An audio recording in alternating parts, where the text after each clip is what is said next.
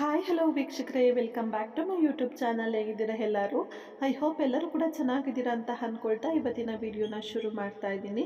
ಅದಕ್ಕೂ ಮುಂಚೆ ತಾವೇನಾದ್ರು ಮೊದಲನೇ ಬಾರಿ ಚಾನಲ್ನ ವಿಸಿಟ್ ಮಾಡಿದರೆ ತಪ್ಪದೆ ಚಾನಲ್ನ ಸಬ್ಸ್ಕ್ರೈಬ್ ಮಾಡ್ಕೊಳ್ಳಿ. ವಿಡಿಯೋ ಇಷ್ಟ ಆದರೆ ಲೈಕ್, ಶೇರ್ ಆ್ಯಂಡ್ ಕಮೆಂಟ್ ಮಾಡೋದನ್ನು ಮರಿಬೇಡಿ. ಬನ್ನಿ ಹಾಗಾದರೆ ಇವತ್ತಿನ ವಿಡಿಯೋನ ಶುರು ಮಾಡೋಣ. ದೇವರು ವರವನ್ನು ಕೊಡುವುದಿಲ್ಲ, ಶಾಪವನ್ನು ಕೊಡುವುದಿಲ್ಲ, ಅವಕಾಶವನ್ನು ಮಾತ್ರ ಕೊಡುತ್ತಾನೆ. ಅದನ್ನು ವರವೋ ಶಾಪವೋ ಆಗಿ ಪರಿವರ್ತಿಸುವುದು ನಮ್ಮ ಕೈಯಲ್ಲಿದೆ. ಎಷ್ಟು ಸತ್ಯವಾದ ಮಾತು ಅಲ್ವಾ ಸ್ನೇಹಿತರೆ? ಆದರೆ ನಾವು ಮನುಷ್ಯರು ಒಂದು ಸಹಜ ಗುಣ ಇದೆ, ಏನಂದರೆ ಏನೇ ಆದರೂ ಕೂಡ ದೇವರನ್ನೇ ಬ್ಲೇಮ್ ಮಾಡೋದು, ಸರಿನಾ? ಸೊ ಯೂಶ್ವಲಿ ನೀವು ಅಬ್ಸರ್ವ್ ಮಾಡ್ಕೊಳ್ಳಿ, ಬೇಕಾದ್ರೆ ನಿಮ್ಮ ಪರಿಸ್ಥಿತಿನೇ ನೀವು ಅರ್ಥ ಮಾಡ್ಕೊಳ್ಳಿ. ನಮಗೇನಾದರೂ ಕೆಟ್ಟದ್ದಾದಾಗ ನಾವು ದೇವರನ್ನು ತುಂಬಾ ಬ್ಲೇಮ್ ಮಾಡ್ತೀವಿ ಅಲ್ವಾ? ಸೊ ದೇವ್ರು ಸರಿ ಇಲ್ಲ, ದೇವ್ರು ಎಲ್ಲಿದ್ದಾನೆ, ದೇವ್ರು ಯಾವತ್ತೂ ನ್ಯಾಯಕ್ಕೆ ನಾನು ನ್ಯಾಯದ ಪರವಾಗಿರೋದಿಲ್ಲ. ಸೊ ದೇವ್ರು ಯಾವಾಗಲೂ ಸುಳ್ಳು ಮಾಡೋರಿಗೆ ಅಥವಾ ಮೋಸ ಮಾಡೋರಿಗೆ ಸಪೋರ್ಟ್ ಮಾಡೋದು, ಈ ರೀತಿ ತುಂಬಾ ದೇವರಿಗೆ ಒಂದು ಶಾಪನ ಹಾಕ್ತಾ ಇರ್ತೀವಿ. ಆದರೆ ಒಂದು ವಿಷಯನ ನಾವು ಮರ್ತೇ ಇರ್ತೀವಿ, ನಮಗೆ ಖುಷಿಯಾದಾಗ ನಾವು ದೇವ್ರನ್ನ ನೆನ್ಪು ಮಾಡ್ಕೊಳ್ಳೋದು ತುಂಬಾ ಕಡಿಮೆ. ಸೊ ಯಾರೆಲ್ಲ ಖುಷಿ ವಿಚಾರದಲ್ಲೂ ಕೂಡ ದೇವರನ್ನ ನೆನ್ಪು ಮಾಡ್ಕೊಳ್ತೀರೋ ಆನೆಸ್ಟಾಗಿ ಈ ವಿಡಿಯೋಗೆ ಲೈಕ್ ಮಾಡಿ ನೋಡೋಣ.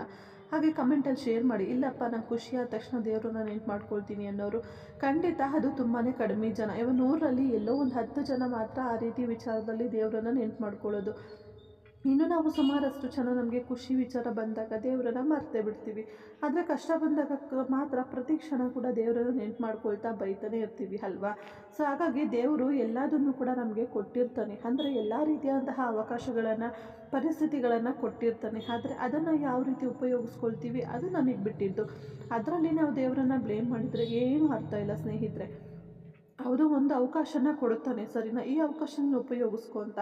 ಆದರೆ ಅದನ್ನು ನಾವು ಸರಿಯಾದ ರೀತಿಯಲ್ಲಿ ಸರಿಯಾದ ಮಾರ್ಗದಲ್ಲಿ ತಗೊಂಡೋದಾಗ ನಮ್ಮ ಜೀವನದಲ್ಲಿ ಏನೋ ಒಂದು ಒಳ್ಳೆಯದಾಗುತ್ತೆ, ಅಥವಾ ನಮ್ಮ ಗುರಿನ ನಾವು ತಲುಪೋದು. ಅದನ್ನು ಬಿಟ್ಬಿಟ್ಟು ಕೊಟ್ಟಿರೋ ಅವಕಾಶನೂ ಕೂಡ ನಾವೇ ನಮ್ಮ ಕೈಯಾರ ಹಾಳು ಮಾಡಿಕೊಂಡು ಆಮೇಲೆ ದೇವರನ್ನ ಬ್ಲೇಮ್ ಮಾಡೋಕ್ಕೆ ಹೋದರೆ ಏನು ಅರ್ಥ ಅಲ್ವಾ? ಸೊ ಎಲ್ಲದೂ ಕೂಡ ಮೈನಾಗಿ ನಮ್ಮ ಮೇಲೇ ಡಿಪೆಂಡ್ ಇರುತ್ತೆ ಸ್ನೇಹಿತರೆ.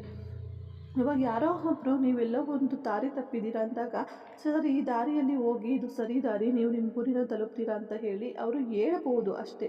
ಆದರೆ ಅವರೇ ಕರ್ಕೊಂಬಂದು ನಿಮ್ಮ ಗುರಿನ ತಲುಪಿಸ್ಬೇಕು ಅಂತ ಅಂದ್ಕೊಳ್ಳೋದ್ರಲ್ಲಿ ಎಷ್ಟು ನ್ಯಾಯ ಇದೆ ನೀವೇ ಯೋಚನೆ ಮಾಡಿ. ಬೇರೆಯವರು ನಮಗೆ ಸಲಹೆನ ಕೊಡ್ಬೋದು ಅಷ್ಟೇ. ಸೊ ಆದರೆ ನಮ್ಮ ಗುರಿ ತಲುಪಬೇಕಾಗಿರುವ ಜವಾಬ್ದಾರಿ ಬಂದು ಯಾವತ್ತೂ ನಮ್ಮದೇ ಆಗಿರುತ್ತೆ. ಅದಕ್ಕೆ ನಾವು ಇನ್ನೊಬ್ಬರನ್ನ ಬ್ಲೇಮ್ ಮಾಡಿದರೆ ಅದು ಯಾವುದೇ ರೀತಿಯಾದಂತಹ ಅರ್ಥ ಅನ್ನೋದು ಇರೋದಿಲ್ಲ, ಓಕೆನಾ? ಸೊ ಇಷ್ಟೇ ಹೇಳ್ತಾ ಇವತ್ತಿನ ಈ ಒಂದು ವಿಡಿಯೋನ ನಾನು ಇಲ್ಲಿಗೆ ಮುಗಿಸ್ಲಿಕ್ಕೆ ಇಷ್ಟಪಡ್ತೀನಿ. ಐ ಹೋಪ್ ಇವತ್ತಿನ ಈ ಒಂದು ವಿಡಿಯೋ ತಮ್ಮೆಲ್ಲರಿಗೂ ಇಷ್ಟ ಆಗಿರ್ಬೋದು ಅಂತ ಅಂದ್ಕೊಳ್ತೀನಿ ಸ್ನೇಹಿತರೆ. ವಿಡಿಯೋ ಇಷ್ಟ ಆಗಿದ್ರಲ್ಲಿ ತಪ್ಪದೇ ವಿಡಿಯೋಗೆ ಒಂದು ಲೈಕ್ ಮಾಡಿ, ಶೇರ್ ಮಾಡಿ, ಕಮೆಂಟ್ ಮಾಡಿ, ಹಾಗೆ ಚಾನಲ್ ಸಬ್ಸ್ಕ್ರೈಬ್ ಮಾಡ್ಕೊಂಡು ಸಪೋರ್ಟ್ ಮಾಡೋದನ್ನು ಮರಿಬೇಡಿ.